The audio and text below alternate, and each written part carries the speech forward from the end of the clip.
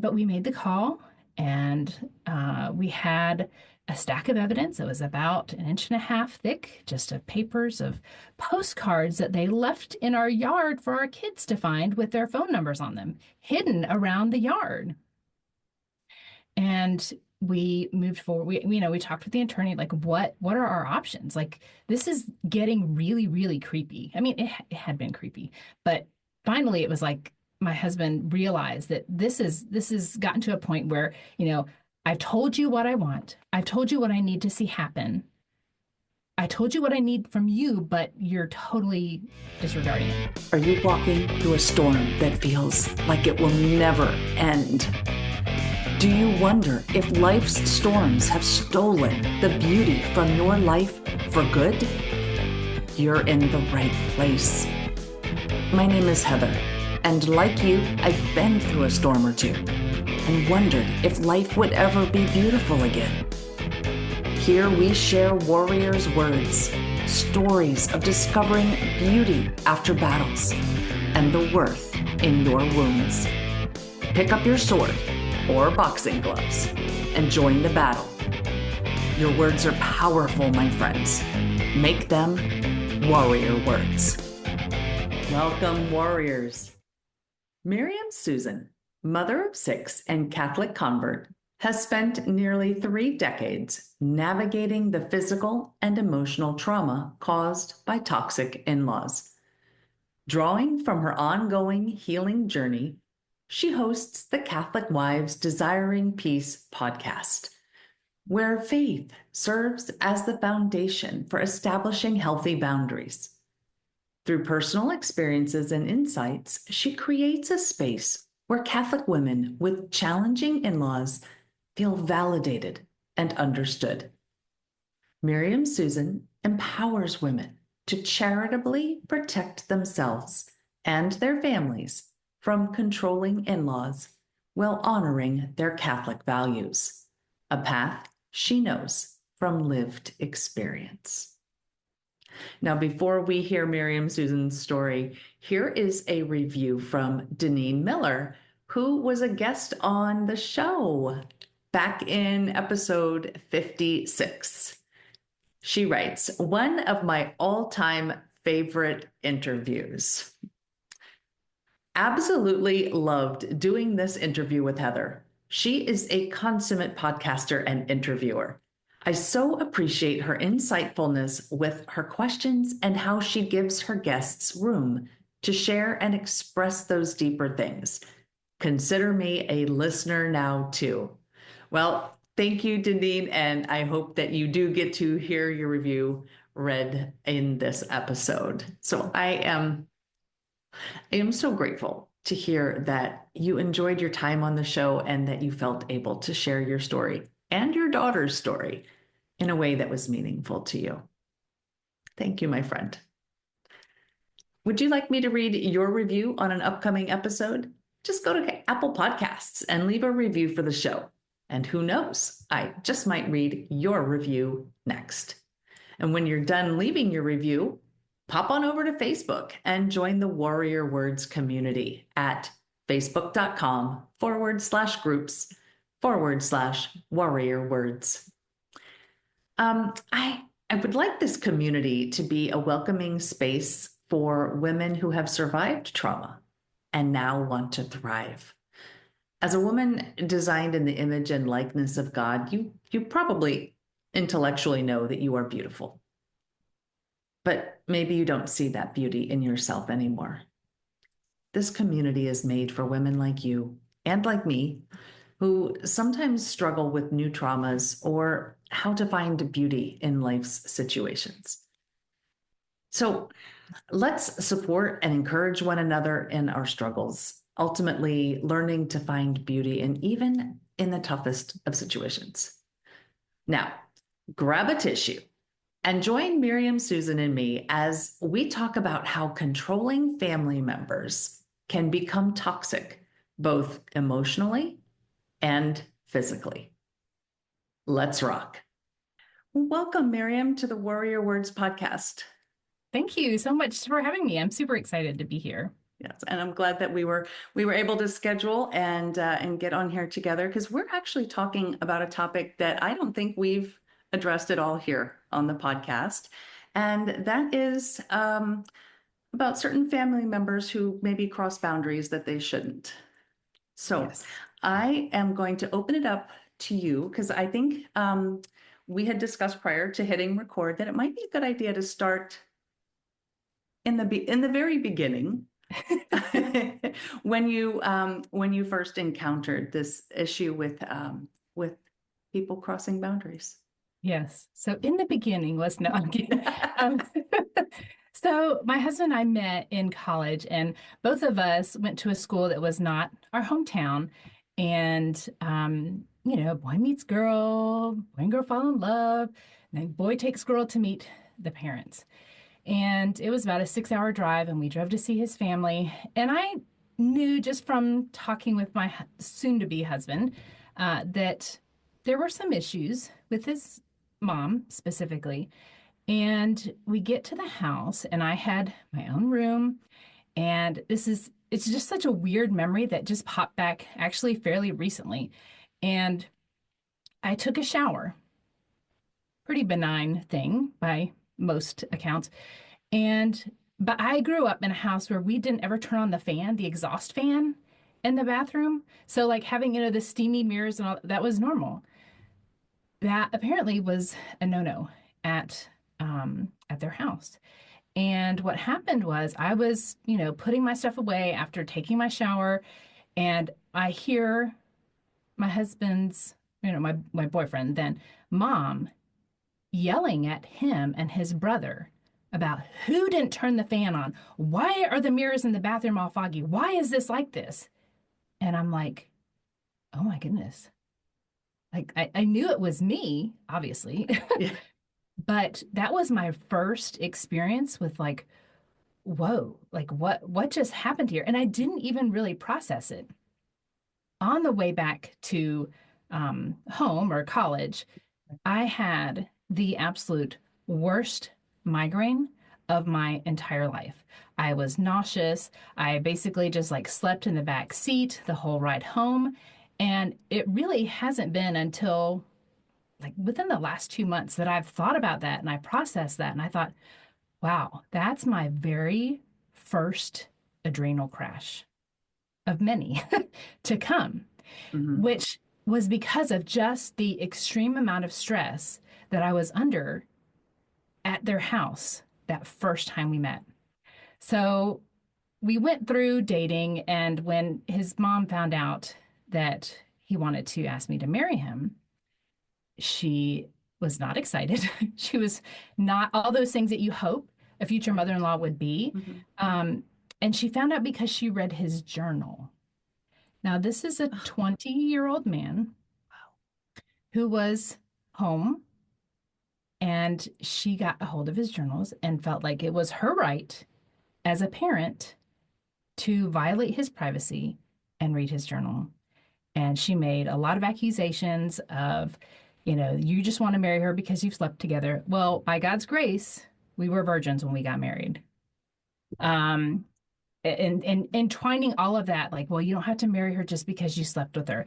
All the anything you can think of, she tried to throw at my husband to stop us from getting married. She did, including at one point he had made Dean's List, and there was an agreement between him and his parents to get him a car. And they rewarded him with a car if he made Dean's List. And so he did. But because of me, Uh-oh. if he was financially responsible enough to get married, then he was financially responsible enough to take over the payments on this car as a full-time college student, making maybe like $100 a month doing little like lifeguarding and being like in charge of taking care of the candles and stuff at the chapel on campus. And so my husband took, or my fiance, were we fiance? Yeah, I think we were fiancés at that point. He drove the car back to the dealership and sold it back to the dealer and took his dad a check for the car. So that was like the very beginning. And then things kind of evened out once we got married. Yeah, there was a lot of drama, but you just play it off because you think, well, this is her firstborn son. She was so young when she got married. Maybe they grew up together, all of these things, and it just never stopped.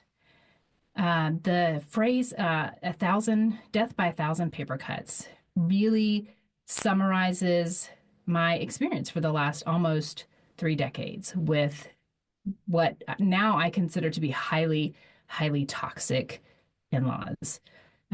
Every just a lot of weird little things that just in and of themselves were not a big deal.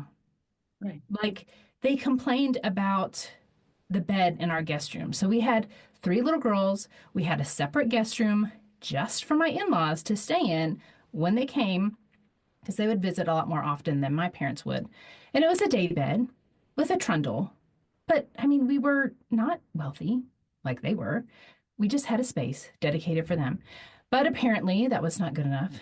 And so it was like they were sleeping in a chest of drawers, or we didn't have enough hooks in the bathroom, or why didn't we just build a sunroom that was fully insulated with heating and air instead of just a screened in porch so that they could stay there when they would come to visit? So things progress.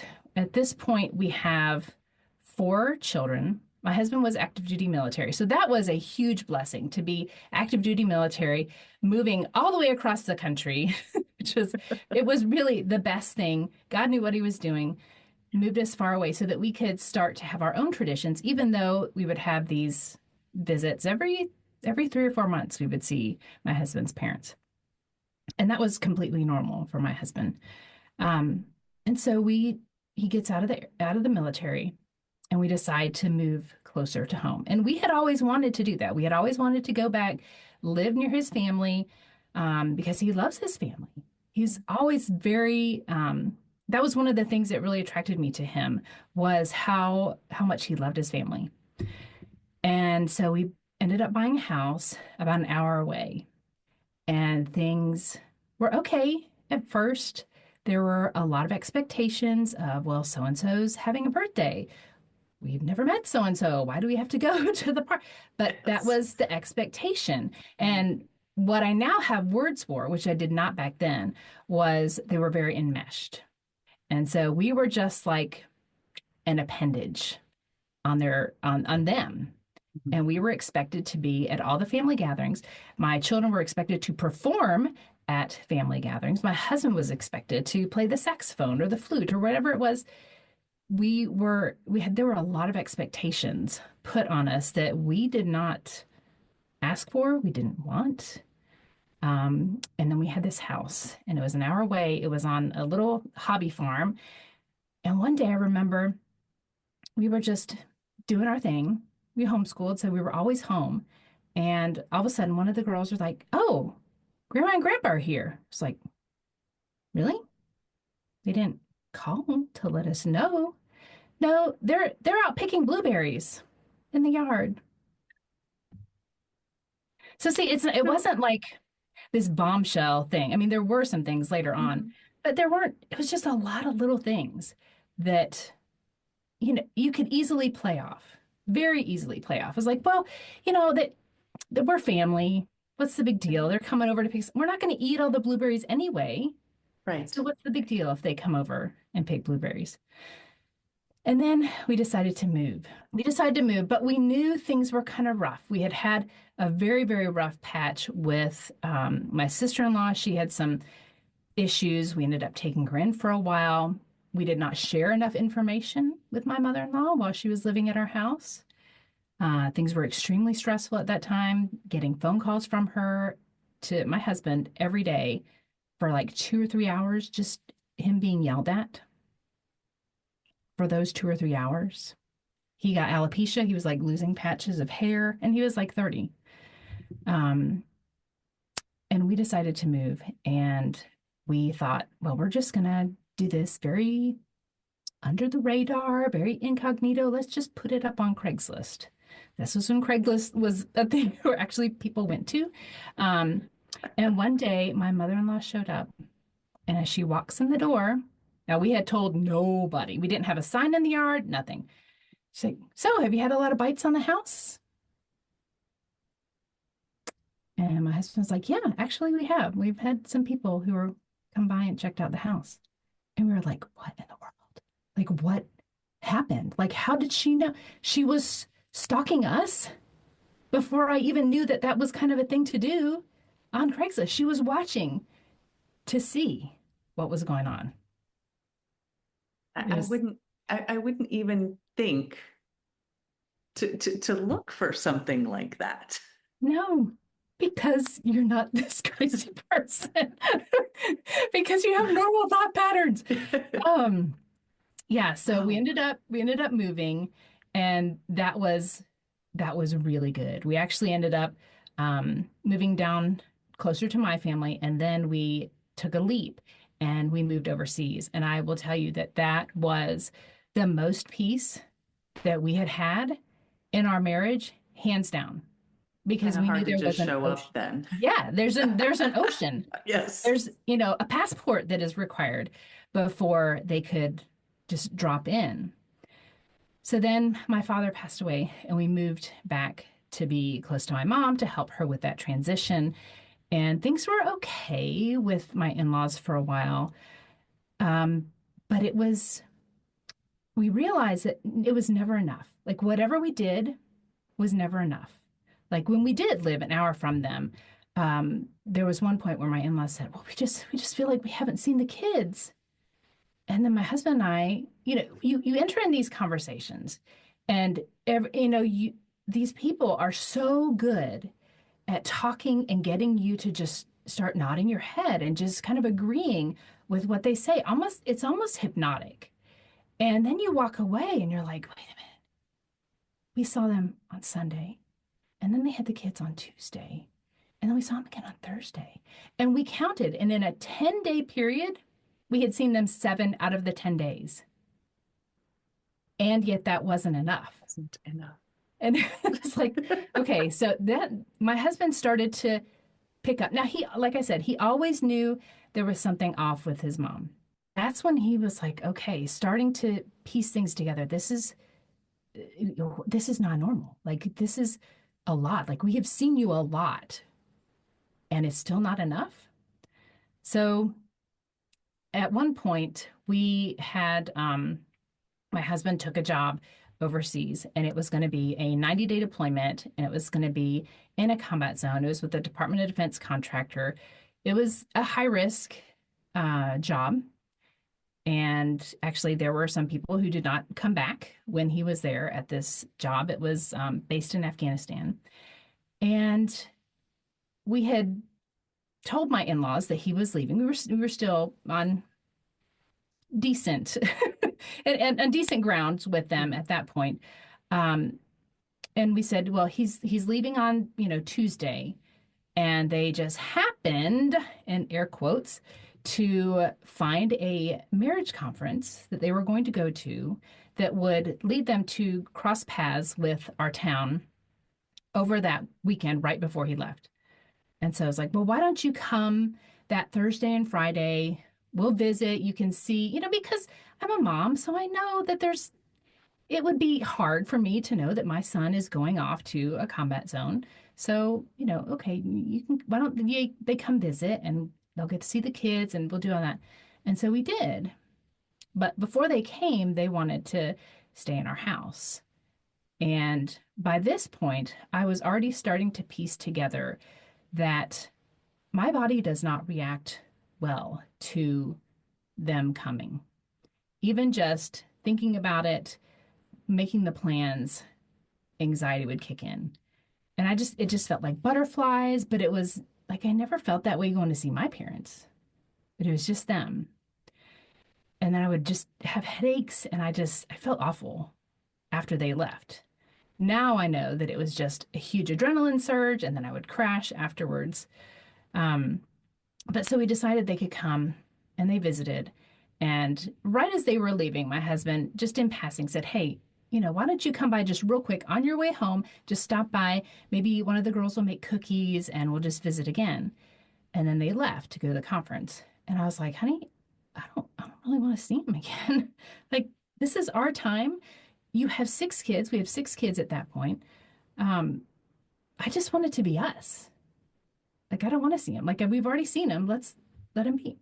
So he manned up and he made a difficult call and called his parents and said, Dad, I know we said something about coming back through on your way back home, but I really just want to spend that time with the family. And of course, the conversation was very short. There wasn't a lot of playful banter, if going back and forth, and that was it. My daughter was getting ready to leave to go to work, and love you, bye, we'll see you when you get home. And then the door opens again. I was like, what happened? She's like, I just saw their van go by. I was like, what? Are you sure? She's like, yes, I'm 100% positive. Their van just drove down our road. We lived on a dead end street. This was not, I mean, our house was like 20, 25 minutes from the interstate. This was not a convenient stop off point. It wasn't like they were just happenstance that they happened to be driving by. Right. It's like, are you sure? She's like, I'm positive. She's like, I gotta go. I gotta go to work, but I know that it was them. My husband went out to investigate. And sure enough, there they were, hanging out in the cul-de-sac. They did not come back down the street. They were hanging out in the cul-de-sac. I don't know. I guess just waiting. I don't know. I don't know why they were. Um, and my husband walked down to see him, and we would not let them come in the house. They had a gift for the children, lots of air quotes with them.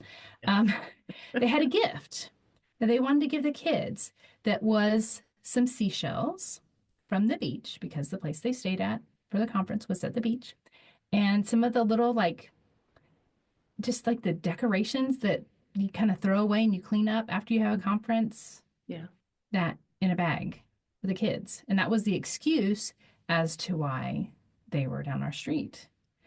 And my husband got thrown things in his face like, is this the kind of legacy you want to leave for your kids? And, basically, like, this is all your fault. And I was like, okay, that was real. Like, I couldn't believe it. I was in such a state of disbelief that these people would hear the word no and it, like, it didn't matter. Like, this was their own son. Like, they didn't care.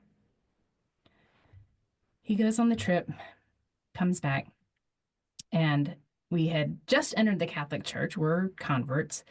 We entered in the Easter season of 2018. And 2019, we decided we were going to have our youngest baptized. He's the only one in our family that was baptized Catholic. And it was right on his birthday. So this date is extremely memorable. Well, the day before his birthday, he got baptized.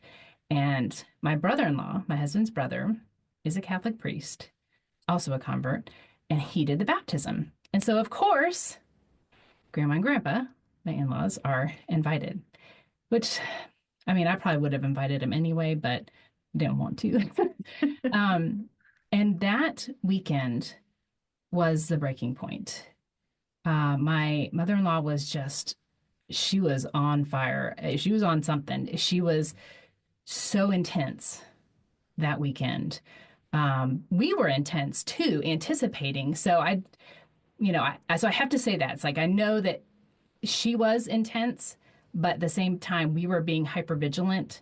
No alone time with the kids, which we had tried before, but this time it was like definitely no alone time with the kids. When my daughter went upstairs to her room, my mother-in-law followed, and then I followed. Our girls went outside for a walk just to get out of the tension. My mother-in-law followed, and I was like, I told my husband, I was like, she just went down the street. And he said when he got out that he had to get on his bike because she was booking it. She doesn't run, but she was going so fast. And my girls remember like looking over their shoulder and seeing her and seeing like her hair like blowing. Like that's how fast she was moving. So things were super intense. And it was just like that the whole weekend. The whole weekend. Thankfully, the baptism went off without a hitch because I've heard lots of stories about people like this who like to show up and, take the center stage for occasions like this. And then it was time for my brother-in-law to leave. He had a flight to catch. And my husband just kind of said, all right, kind of like ushering everybody out of the house. Like, it's great to have you here. Love you. Well, call me, when you get home. And of course, that was not well received because they were not planning to leave right away. And after that visit, I crashed. Like after the mass and after lunch, I just remember sitting in a chair in our living room and just feeling like I was dying. And I was basically bedridden for 3 days because of an adrenal crash. And at that point, my husband realized, okay, this is not all in your head.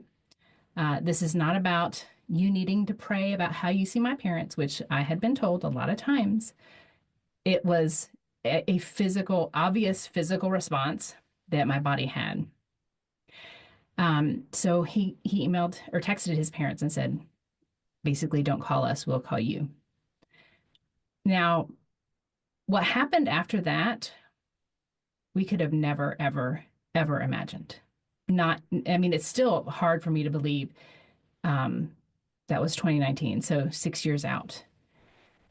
So we said, please don't contact us. We'll contact you when we're ready. And then things ratcheted up to just craziness. Um, totally ignored, totally disregarded anything. Um, Started sending gifts in the mail. My husband returned it. He wrote return to sender on one. So then she changed tactics and she started sending postcards because postcards don't have a return address. Um, then she realized that she could use DoorDash and send Krispy Kreme donuts to the kids because you can't return them. And you can't call Krispy Kreme and say, somebody has sent me donuts and I don't want them, which I know sounds absolutely crazy because I'm a sugar addict. But anyway, I'm with you. I have not had a Krispy Kreme in a long time. but now I never want one because it Right? was like Yeah. it was this tool. It was like Mhm.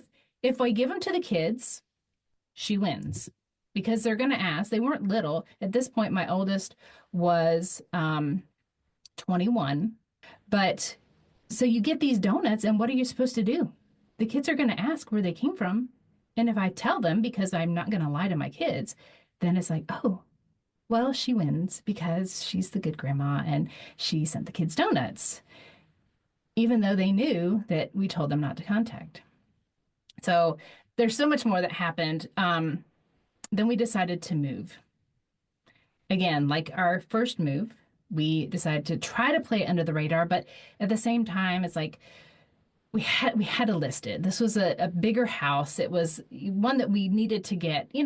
Obviously, anytime you sell a house, you want to get as much as you can. Our other property was a very unique one, but this one was not. And so we listed it, and we didn't tell anybody at all in my husband's family. No one knew. My mom knew, and my sister knew because they lived in the same town. Our neighbors knew because the sign was up, but we never told anybody except my mom and sister where we were moving, not even our neighbors, not our parish. We never unregistered from our parish. I mean, we have now, but at that point we had not unregistered. We didn't tell anybody. And then the postcards started coming. Oh, we see that you're moving. We moved to love you come visit.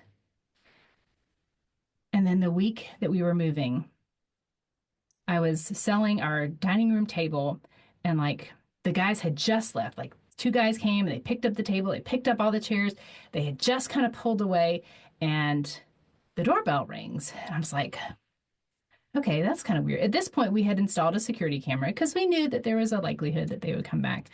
And you can probably guess where this story is going because I wonder. they're so predictable, and yet it's not. But um, it was them. It was them. And I immediately went into um, flight mode. Some people go into fight mode, some people go into freeze mode. I go into flight mode. And I mean, our house had like the front door was like all glass, like top to bottom. And so they're like looking in, and I've got all this on the security camera. And I had all the kids go upstairs so they could not be seen. My heart still races thinking about this because it was just so intense. And my mother-in-law's like talking to the security camera, like, we just have a little gift. Again, a gift. Um, and like, we just want to say hi. We just want to, all this stuff, like looking up at the security camera. And then they left, and then they came back, and then they left, and then they came back again the next day. And I called the police at that point, the non-emergency police number, and they told us what we could do. Um, and then I think maybe they did come back down the street again, but they didn't come to the door. And then we find out from neighbors that they were asking around all the neighbors, like, whose car was that? Whose white car was that in the driveway? And I was like, okay, that's my oldest daughter's car. She didn't live at home. And they showed up on a Sunday, and my daughter had not come by the house since Thursday. But she was telling all the neighbors how concerned they were about us. But they were there Thursday. So Thursday, Friday, Saturday, Sunday. So 4 days for you to be in town, 11 hours from where you live because you're so concerned and you don't show up till Sunday. And then you're talking to the neighbors. And then the next day, we have a recording of them. My mother-in-law is talking to a neighbor across the street while my father-in-law is on the phone talking to our parish, asking where we're moving, what's going on. My mother-in-law is looking in our car. So we left and we moved to another state. And when we moved, we did everything we possibly could to hide our new location. We had records suppressed. We talked with private investigators about scrubbing all our data from the internet. We did everything. I mean, hours and hours and hours and hours of work. And we had relative peace. I mean, we moved during COVID. That was not a good time to move to like make new connections, but we did. It worked out the way it did. And like I said, we had relative peace. Always kind of like knowing this, it's going to happen. At some point, they're going to find us. I know. And one day, my husband was sitting on the front porch, and he travels a lot for work. So praise God that he was here that day, was up and out on our front porch, which he didn't normally do. And he saw a truck drive by. And again, we live on a dead end street, so not a through place. He sees a car go by really slowly. And so immediately the spidey sense is going. Right. Yeah. And then This has happened before. Yes. And then he sees it coming back again. And so this time he takes a picture and he comes inside. And they had sent my husband texts at this point, but he had them blocked, so he didn't know that they were there. And he shows me the picture, and I was like, that's your dad's truck. 8 hours away. 8 hours away, they drove. And he's like, we need to call the church. We need to call them like immediately because that's where they're going. Call the church, let them know. They already knew a little bit. I mean, we had given pictures to the youth ministers, like these are people that are not allowed by our kids, not allowed to have contact with our kids. And like within 5 minutes, we get a text back from the youth, the children's minister. Like, yeah, we have some concerned, air quotes, grandparents here. Can you send a picture? Send a picture. He's like, yep, that's them. So they talked with father and the office manager for about 45 minutes, trying to tell them that my husband, a married man who had been married at that point for 25, 26, however many years, I don't know, about 26 years. Yeah. That he was the prodigal son over and over again. And thankfully they were like, I don't think this applies to this situation. You've got a married man who is active in the church. His family's active in the church. You said you didn't give them an inheritance, so they didn't get what they wanted. They wanted, to trash talk us, which I guess they kind of did, but they weren't buying father wasn't buying it. And the office manager was like, no, we can't share information. I mean, anyway, my husband did get an inheritance though. It was a box that was left outside our gate with his old middle school band programs and some old clothes that he had saved from middle school and, real inheritance kind of stuff.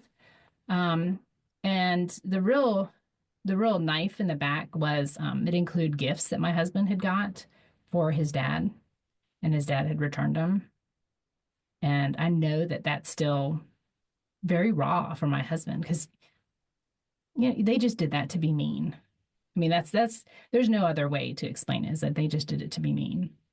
Um, there were other issues that came up. They were alleging certain things with neighbors, but it was at that point that my husband was like, okay, we have to take legal action. We have no choice. And for some reason, I mean, I can only say that it was God who prompted me to do this. I saved almost everything. I saved the DoorDash receipts. I took pictures. I saved all the cards and postcards. I saved stuff that my in-laws had sent to my sister and my mother, who my mother also had an address that was not in her name. So they had to do some digging to find that. And I forgot. My mother-in-law, God revealed our address to her on a sleepless night at 2 o'clock in the morning, because that's how God works, right? He gives you a GPS point on Google Maps to tell you where your estranged son and his family live. Wow. Um, but making that call to a lawyer was really, really hard for Yeah. my husband because these are his parents. They're still his Loves parents. he loves his parents. Right. I I love them as human beings because they were created in God's image. I'll just leave it as that. It's hard. It's hard to love and respect somebody who treats you and your family and their own son in this kind of way. Um, but we made the call, and we had a stack of evidence that was about an inch and a half thick, just of papers of postcards that they left in our yard for our kids to find with their phone numbers on them, hidden around the yard.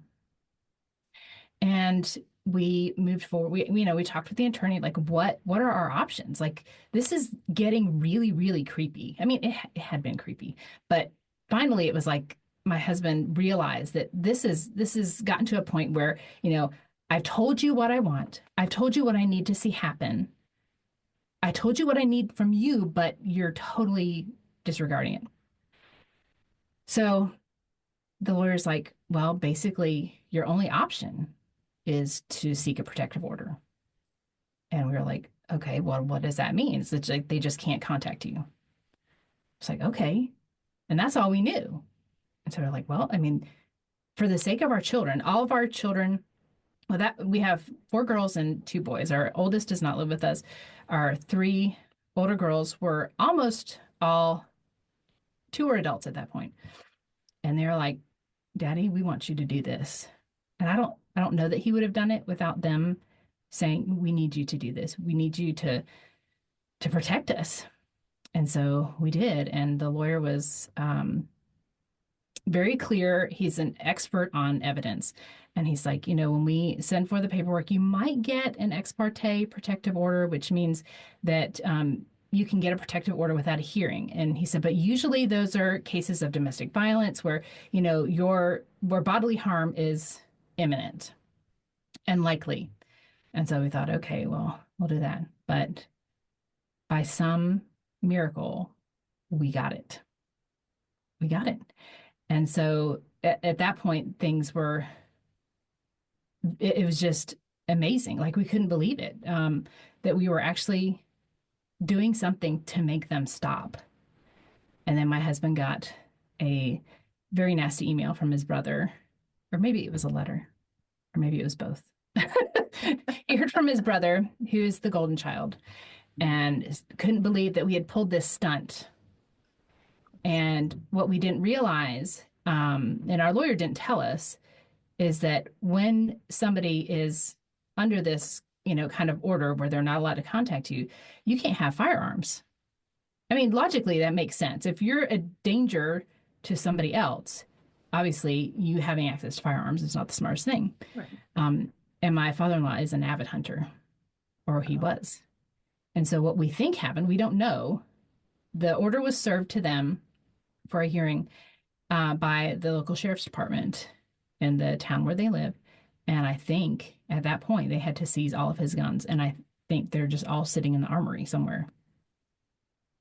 So to my brother-in-law, that was a stunt. It was like, look, we had no idea. Like maybe we should have, but we didn't.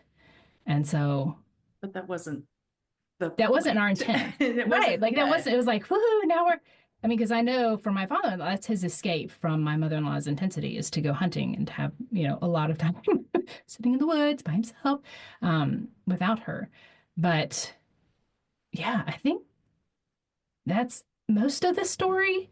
Well, There's, that's a lot. it is, It's a lot. it's like, I tell people, it's like, I feel like it's a Lifetime TV movie because so many things, and I don't even think I told 25% of it because it's just so many decades of just little tiny paper cuts that in their own little thing, like the Krispy Kreme donuts.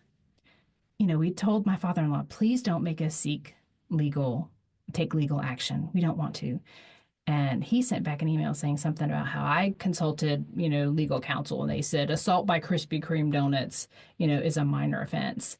And our lawyer saw that and he was like, oh my goodness, like the judge is gonna love this because this is just like, in your face, like who cares? But it's like I know it sounds ridiculous, like Krispy Kreme donuts. Like what is that's the thing. It was a total violation of our boundaries, a disregard for what we wanted to do what they wanted. And so that's that's my abridged version of not like big T trauma, but a whole lot of little T's But when over a you, long time. yeah, but when you do, they compound. Yes.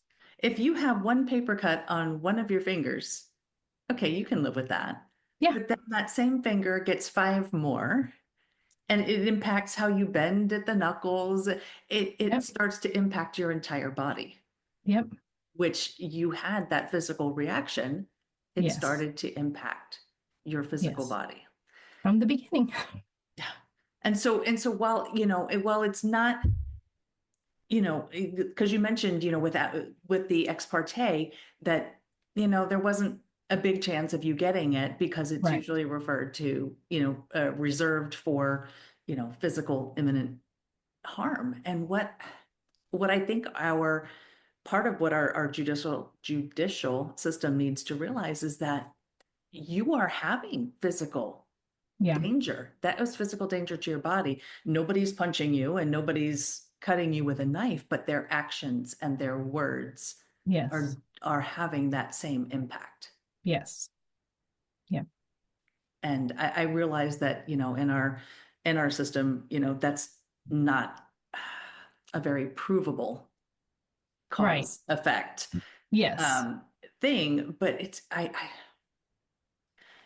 mean, I noticed that in my own journey with the court system that a lot of they just if you can't prove it, Right. it's much more difficult to get them to pay attention. But I'm so Yes. glad that you were divinely inspired to keep all of the evidence that you kept. And we I still have mean, it. yeah. And we still have it. Oh, well, I think as long as the potential threat still exists, Yeah. then you need to Yeah. keep it, and because you never know what might happen, or what judge, or what lawyer, or Yes. who might be there the next time. Yeah. Hopefully, there is no next time. Hopefully. But but but wow, I am. I don't know if impressed is the right word, but that's what's coming to mind right now with how your husband navigated. At least, I realize you didn't give us the whole thing. You gave us the abridged version, but he was basically walking a tightrope the whole time because he loves his parents. I'm sure Yes. he loved his siblings or loves his siblings, not in the Yeah. past tense. Um, and he loves his wife and he loves his children. And right now, or throughout this whole ordeal, it's almost like it's not at odds, but it kind of was. You know, you Yes. weren't doing anything necessarily to them unless it was from their perspective, and Right. you know, you I did didn't all let kinds that of things, I'm sure. you didn't let them see their grandchildren 9 out of 10 days. It was Right. only Yeah. seven, Right. I you know. know. Sorry. No, I'm not sorry. I'm not sorry. So, but that is such a hard, that's such a hard road to walk when you are, I mean, the Bible tells us, to leave and cleave, and Yes. he is now joined to you and your children, and that's where his responsibility lies Right. after the marriage, after the wedding. And he had to reconcile that, and he had to do take the action, because then the other thing the Bible tells us is honor your father and mother. Yes. We've had to dive very deep into that. And the way that we've been able to process that is remembering, okay, who wrote that commandment? It wasn't mom and dad. God wrote the commandment. And so what does that mean to honor your father and mother? Well, he can honor his father and mother by being a good husband, by being a good provider, by being a good dad, by being a good Christian. All these things really do bring honor to his parents and how they raised him. But it does not mean that he has to obey them. So that was a huge revelation for him, is realizing that he can, because he wants to be a man of faith. He wants to be a man that at the end of his life, God says, "Well done, good and faithful servant." And so that's always in his mind. And so for him to realize that the way his parents used honor your father and mother, and they actually sent us a book on how to honor your parents. I know, it's like you can't make this Just the word that keeps popping up, like I think with every story that you share, the word that keeps popping up is manipulation, yes, manipulation, just a little, manipulation. just a Just little. yes, yes. Oh, but yeah, so it's like it's always been very important and always in the forefront of his mind to this day. Am I doing the right thing? Am I doing what God is calling me to do? And it's been reaffirmed by priest after priest and therapists and counselors and religious brothers and friends. There's like, yes, you did. And he's lost his whole family. We are all that he has left. And he has a very large extended family. It's But he said he would do it all over again because of what his vocation is. He's a husband and a father, and that's it. yes. Well, I just had another guest recently who shared about her relationship with her husband and ended up talking about some of the beauties in marriage. And you just affirmed that as well. And I love, even when we have these traumatic experiences, I love hearing the stories about how, especially this is coming from a divorced woman, but hearing the value that is placed on marriage and hearing the fact that you guys have a good marriage now, despite all of this. Right. And to hear good marriages, strong husbands, it's refreshing because it's totally anti-cultural from what we're seeing on social media and what we're Yeah. seeing in movies and streaming and other shows. It's hard to say TV now. Yeah. It Our is. generation, it was TV, right? Yes. And now it's just shows somewhere Yes. streaming. But yeah, but what the media is showing us is that that husbands are weak and marriage isn't valued, and not here, not here. Yeah. Your husband, as hard as it was, he stood up for you, and he stood up for your children, Right. Praise and God. for himself too. Yes. Yes. So, That- oh, That's hard for him to think about, though. That's really hard for him to, because he was raised to never think of himself, to always cater to whatever mom wanted. If mama ain't happy, ain't nobody happy. And that was extremely true for him growing up. Um, but yeah, this whole process has shown us just how much God loves us, which I know sounds really weird, especially to an unbeliever to think, okay, God loves you. Like, does that actually work? But my husband now claims the Blessed Mother as his mother. I mean, and that's huge. And we know that we have saints that are actively ready and willing to pray for us and intercede for us. And I mean, that just gives me chills because as a Protestant, we didn't have that. And now I realize, like, wow, like if we had not gone through all this, our faith would not be where it is right now. Our children's faith, now we have four adult daughters. Our oldest is not exactly where we would like her to be, but um, we still have a good relationship with her. It's taught us to be better parents, but it's taught our girls about faith and red flags to look for. What kind of things. Not that they're not affected, because they 100% are. They are absolutely affected by having a childhood that was always tense around their grandparents. My youngest daughter says she never remembers a time being around her grandparents that wasn't tense. Never. And she's 19. So, but yeah, there's, beauty from ashes. There are things Yes. that we never would have learned had we not gone through this. Well, you just answered my question about beauty, so that's awesome.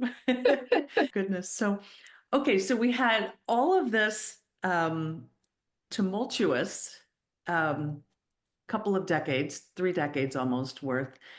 Um, and you've got your protective order. How are you and your husband, how are you thriving now? Like, what are you doing to make some beauty come from this situation?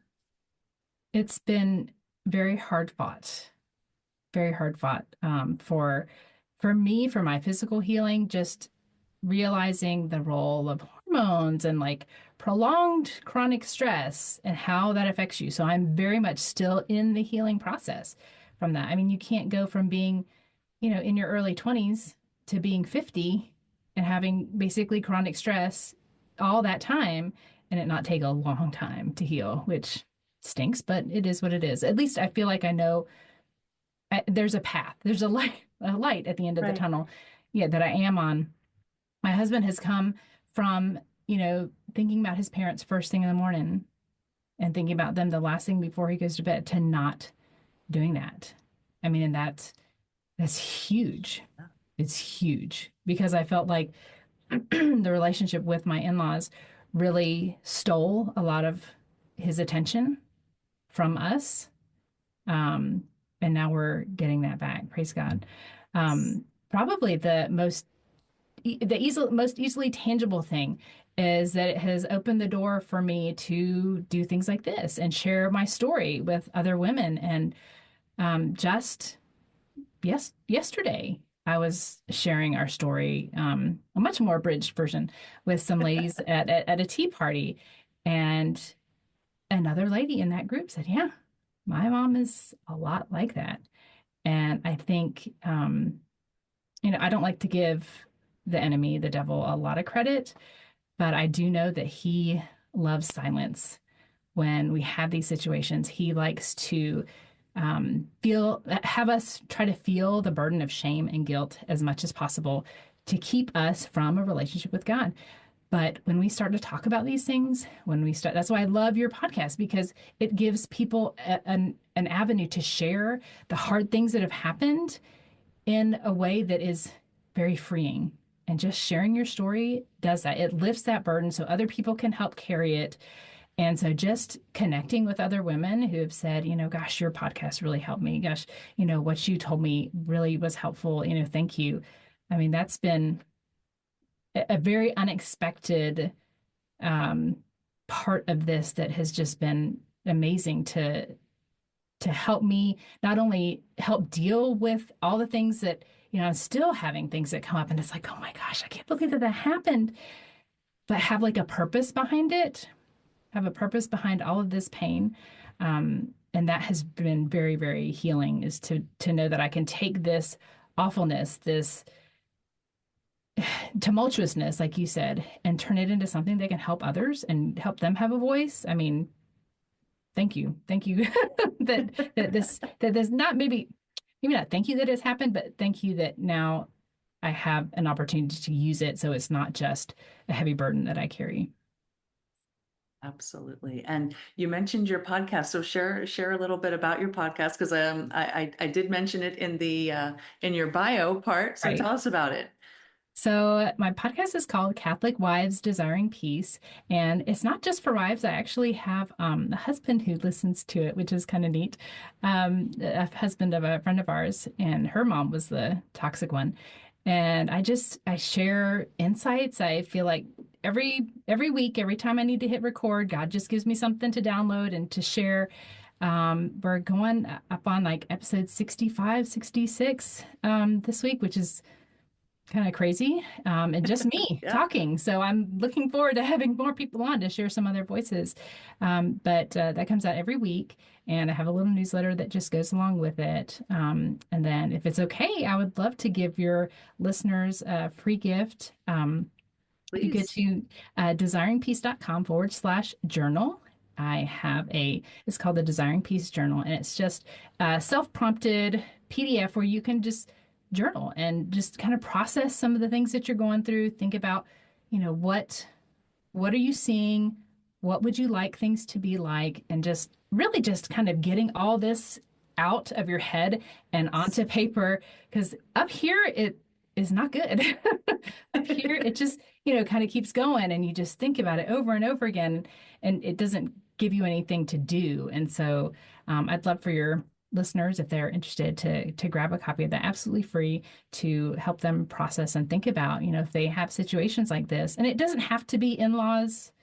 We were talking beforehand, these relationships can come in many shapes and sizes, and in-laws Yes. just happen to be what I dealt with.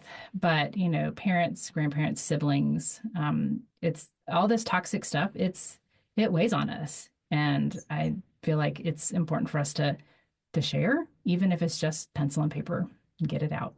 Yeah. Oh, brain dumps in general are so Yes. helpful. But I think when we journal um, these traumatic experiences in our head, like you said, it kind of just jumbles around and it's just in there. When you put it on paper or digital, you type it out, and then you go back with fresh eyes, Hmm.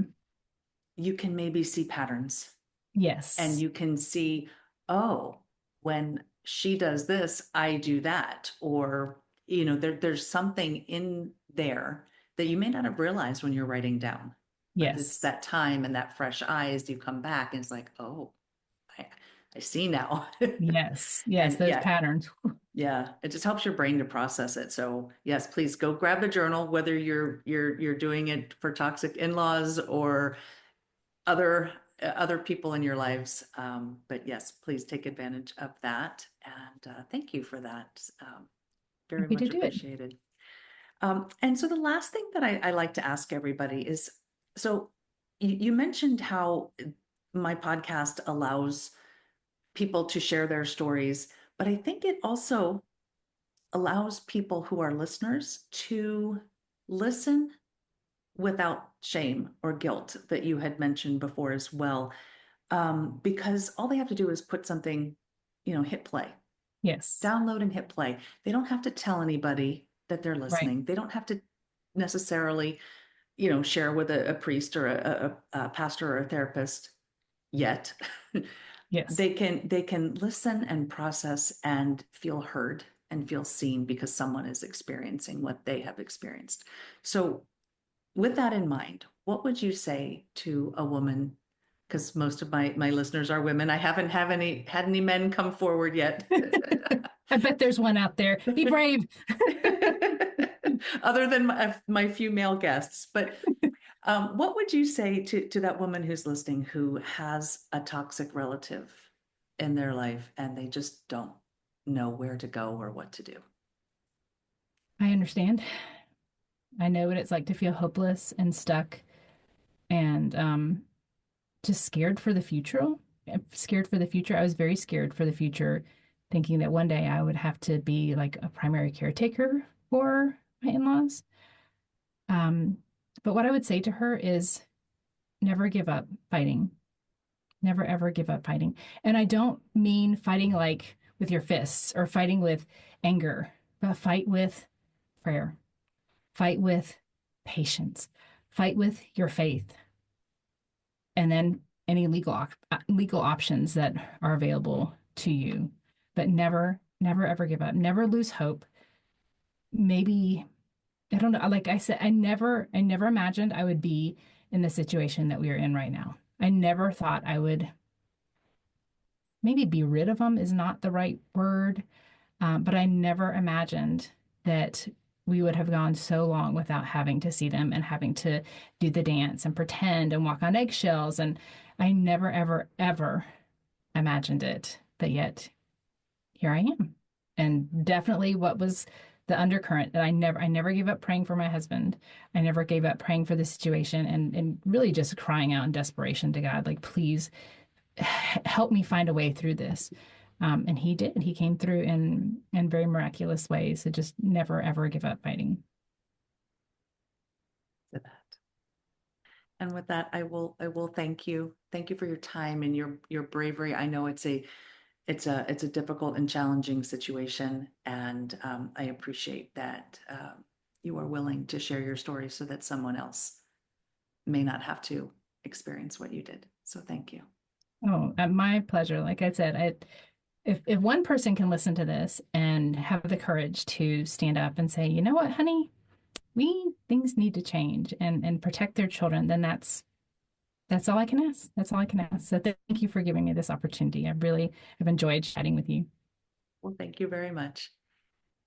Before I start the reflection part of this episode, I want to point out that neither of us has anything against Krispy Kreme donuts.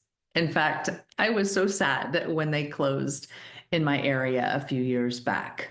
But hey, sponsorships are open if anybody's interested.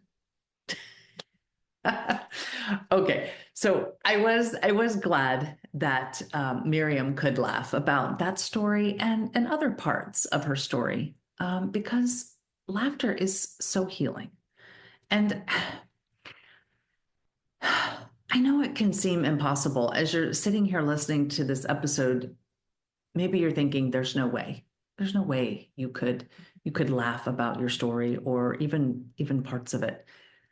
Um, but I tell you that it really and truly is healing. And so please know, just know that with God and with time, all things are possible. So maybe you can find just a little bit, just a little nugget of your story that you can laugh about now. And then let it grow. Let it grow so that you can laugh and heal. But I know how impossible it seems. And, even Miriam's husband had an impossible or seemingly impossible tightrope that he had to walk during a majority of their marriage. He loves his parents. He loves his wife. He loves his children. On one hand, the Bible says he's now one flesh with his wife. So Miriam now holds the primary place in his life. On the other hand, the Bible also says to honor your father and mother. So, with the words and behaviors and inappropriate actions that took place in Miriam's story, he had a decision to make that was not easy. But what I heard from Miriam was that they tried. They tried to honor his parents as best they could. They tried to have a relationship with them. They tried to forge or facilitate a relationship between them and their grandchildren. But with no punches thrown and no other harmful actual physical contact, the relationship was still damaging. Is still dangerous. It was detrimental to their physical and emotional health. They tried everything they could until it reached the breaking point. And he had to make the difficult decision to cut contact so that they could all start to heal. I say in the pre-recorded intro that I have, I say there that your words are powerful. And Miriam's story illustrates that in two different ways. First, there was the negative power in her in-laws' words, the power that they had on her and her whole family. The passive-aggressive comments, emails, postcards, they had an effect long after those words could no longer be heard. But Miriam also shows us the power of using your words to name what's happening, to find and use your voice to speak up and speak out, to use your words to say, I'm not going to allow you to hurt me anymore. To share her story so someone listening can feel seen. If that's you, if you are walking through a storm where someone in your life is using their words to hurt or manipulate you, borrow Miriam's words, her voice, and find someone to talk to who can help you. Maybe that person is your spouse, maybe a parent, a friend, your priest or pastor. Find someone who can not only see you, but hear you.